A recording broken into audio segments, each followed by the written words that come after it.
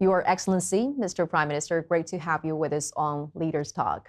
Well, you're here in Beijing this time for the third Belt and Road Forum for International Cooperation, and you were at the opening ceremony together with world leaders and representatives with over 150 countries, as well as more than 40 international organizations, listening to the keynote speech delivered by President Xi.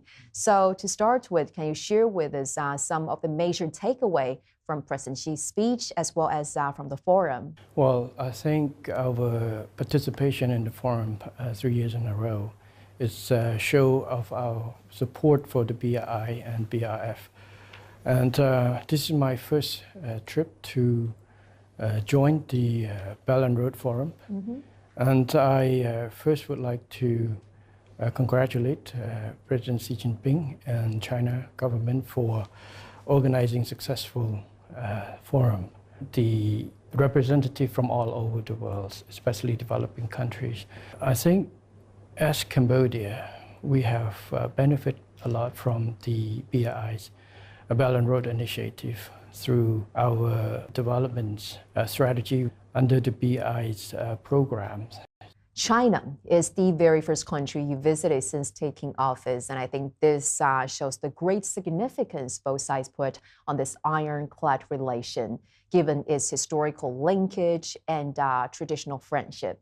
So as the new Prime Minister of Cambodia, what is your plan to take this already very solid tie to an even higher level? We would sum up our relationship or our direction of policy engagement with China in two words.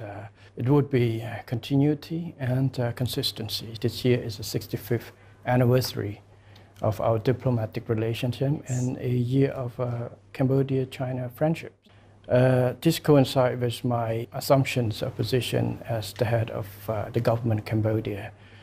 For the new government of Cambodia, our goal is to continue to build on this good relationship that lasted for 65 years, and also to seek to expand cooperations, strengthen, especially in terms of seeking ways to improve the Diamond Hexagons cooperation framework, which was established early this year by President Xi Jinping and former Prime Minister Samdech Techo Hun Sen. The new government is committed to uphold the One China policy. We also support initiatives that put forward by President Xi Jinping, such as the Global Development Initiative, Global Security Initiative, Global Civilization Initiative, and also the BRI, which would provide a platform to strengthen the world in a harmonious and prosperous way. Just now you mentioned about those initiatives proposed by President Xi. So can you be a little bit more specific about the significance of those initiatives in tackling the global challenges and also the unprecedented situation faced by the world today? Yes, Cambodia was among the first countries to support those initiatives. Like I say, this initiative is a main contributor to achieving harmony and prosperity of the world. For example, Global Development Initiative, which stress on the goals of inclusive development, focusing on the poverty alleviations and increasing health of people, especially in less developed countries. Also focus on the green development, which is important for climate change issues that we all face right now. Global Security Initiative, its focus, its emphasis on diplomacies and multilateralism as a means to deal with regional issues or international issues such as conflicts, both traditional and non-traditional matters. And the Global Civilizations Initiative is, it's stressed on the respect of each other's views and civilizations, the different views, and also to support the aspirations for respect and non-interference with each other's internal affairs based on disrespect of each other's civilization and different views. If you've seen recent experience, you see it is rarely that a countries can escape or insulated from global events such as pandemics, such as the war It just reflects the reality or the words of a global community with a shared futures. This has given us the necessities to work together on a joint effort to be more considerate and more responsible for the futures of the world and not just any particular country's futures alone. We have to think it in a global aspects. I want to share with you some really special experience when we were in Cambodia back in January, because our team, we not only visited the Phnom Penh Sihanoukville Expressway, we also got on a ride with a truck driver who traveled along the road. And he told me that before, it usually took them about 1 to 2 days to get back and forth. But now, thanks to the expressway, they can travel 2 to 3 times a day. So that is really remarkable progress. And that experience has really amazed me by witnessing all those tangible changes and benefits the BRI projects created to ordinary people, like the truck driver we just mentioned. So what's your take on that?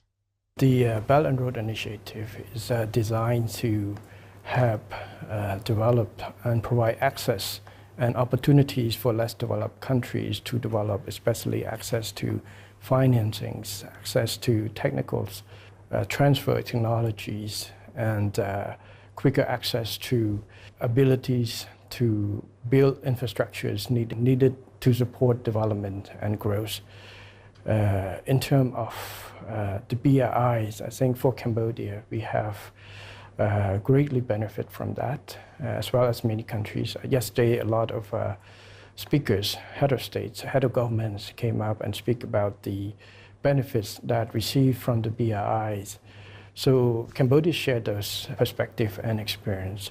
You raised the examples of Phnom Penh Sihanoukville Expressway, which has provide benefits not just to a certain group of people, but to ordinary peoples, to everybody's. Everyday citizens. Yes, everyday citizens, not just those who need to travel using the expressway, but the effect that it has on the economies. It's improved logistics, it's improved trade facilitation, it's helped to promote growth, which has a broad base for our peoples. So for Cambodia, the BRI also linked with our Pentagonal strategies, which is aimed to improve the infrastructure and connectivity. And also under the BRI, 2 days ago, we were able to start receiving passengers from our new airport in Siem Reap, which is one of the landmark projects under the BRI with support of BRI program.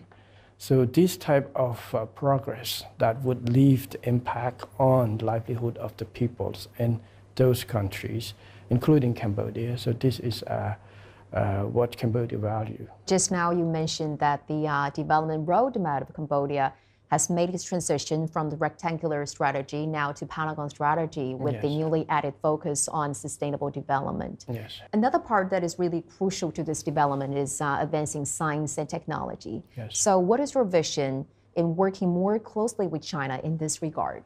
Technology is the future, and it's present in its futures. We have to embrace it. In the Pentagon's strategy, what is added as another angle is digital economy. With China as a growing powers in the new technologies. A lot of companies have very new, innovative ideas. Many of Chinese companies has a world dominance in terms of technologies capabilities. So by having engagement with China, especially in terms of private sectors, we would be able to promote technological transfers and also investment to Cambodia, which bring out those technology to Cambodia for training our workforces to have an external effect on our infrastructures.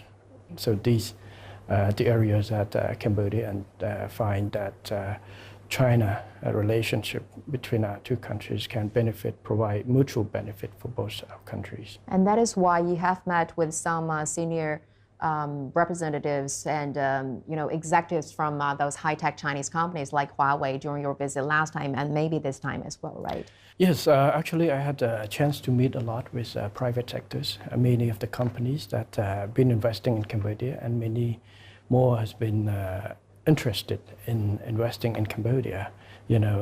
Companies such as investors in energies, in renewable energies that helping our countries to secure to build a foundation for security, energy security in the futures. Also with regarding to environmental impacts through renewable energies and technologies to bring. Companies like Huawei that's been operating in Cambodia will encourage further investment in bringing more technologies. Also not just in the physical technology, physical investments, platforms such as we had a signing between our Ministry of Commerce with Alibaba Group. Mm-hmm. So we can't put on the global platform to allow our farmers, our small and medium enterprises to expand their market outreach through those. And also companies like Bank of China's group and also that provide access for and technologies as well. So I've been very happy to see the progress in the relation between government and government, government and businesses and business to business between our two countries. Let's talk a little bit about China-ASEAN cooperation. Well, both sides are now looking to upgrade this cooperation, which is called 3.0 Free Trade Agreement between the two sides. So what role do you think Cambodia could play in this process? It is important to recognize that China is ASEAN's #1 trading partners, and also is ASEAN's third largest foreign direct investments source of foreign direct investment to ASEAN.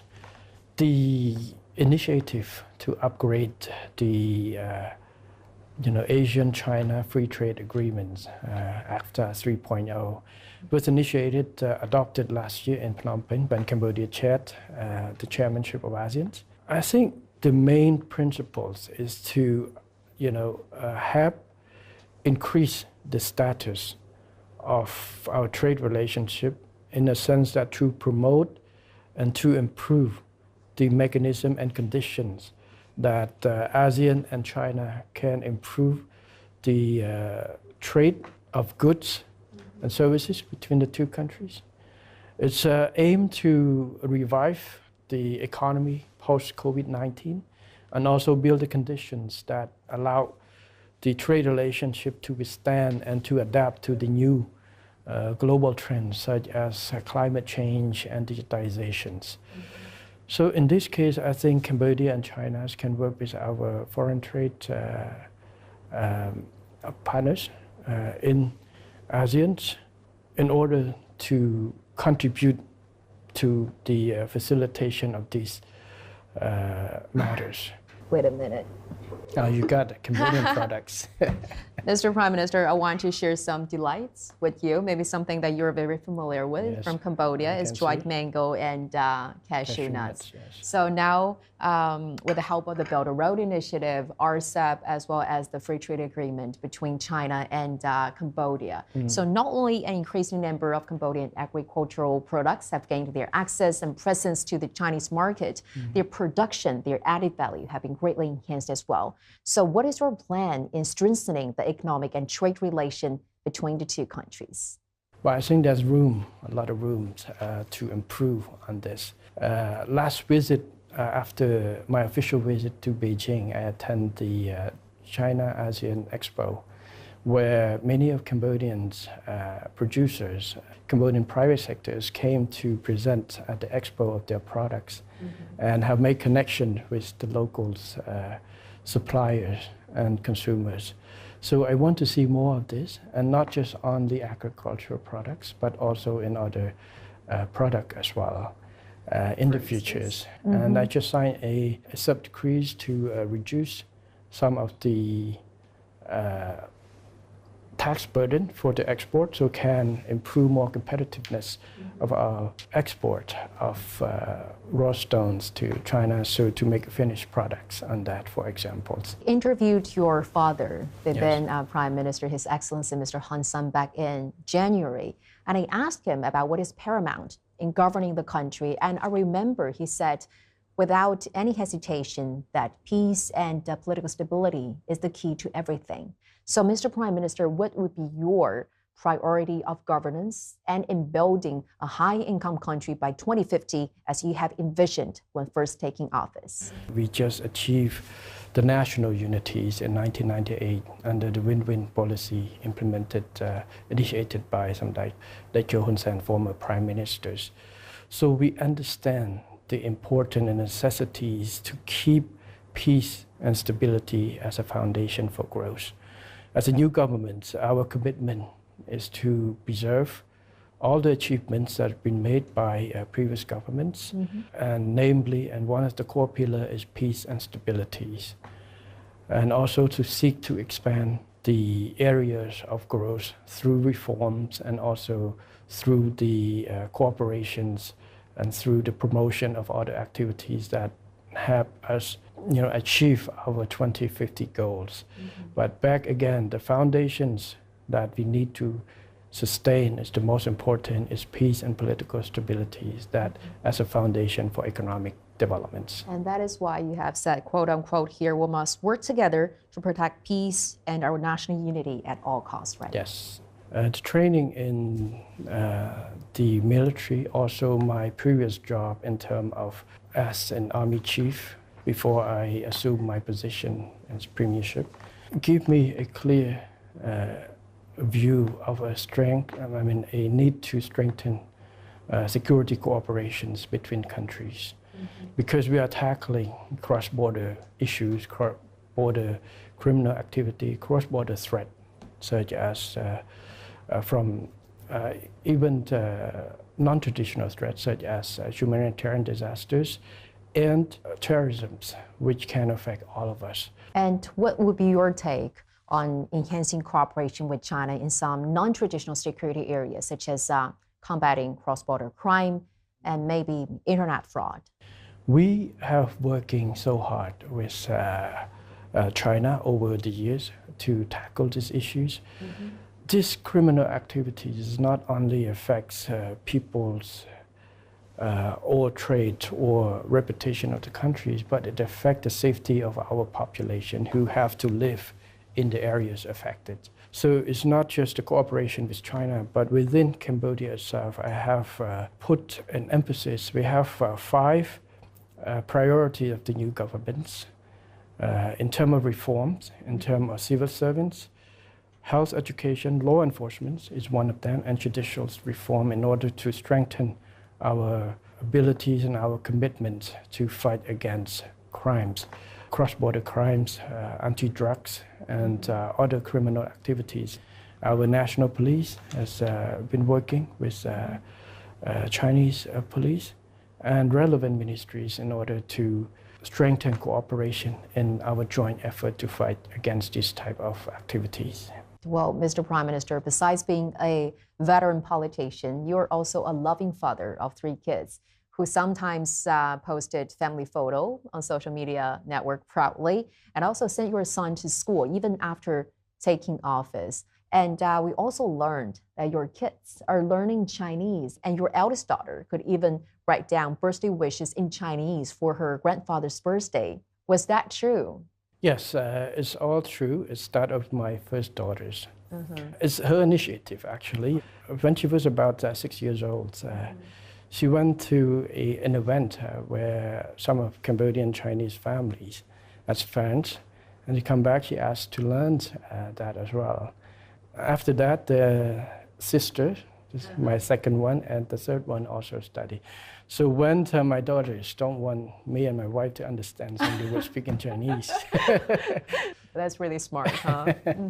So what are some of the values that you hear the most when it comes to parenting your kid? Well, setting by examples is quite important. That's what my father showed me also. I grew up in a family that my father was busy all the time. It's rarely the chance that he spent with us very small. His action, his consideration, his care, and his focus on teaching us the hard work, the respect for others, the ideas of taking care of each other is there, always there. For me, since my daughter was born, I always travel all the time. Don't have much time with that, but the little time we have, I would teach her the same what my parents teach us. There's one word that my father has taught us since we all grew up is never think of yourself as a son or daughters of prime ministers, but think of yourself as the grandchildren of a farmer. And this has been great foundations of me, my brothers, and now we pass down to our children as well. What do you admire the most about your father? He's always a man of dedication, high responsibility, who does not afraid. He's not afraid to risk his life for the duty for the countries and the peoples. He been a role model for me, not because he is the prime minister, but the role models in terms of dedication and hard work toward whatever work he's done.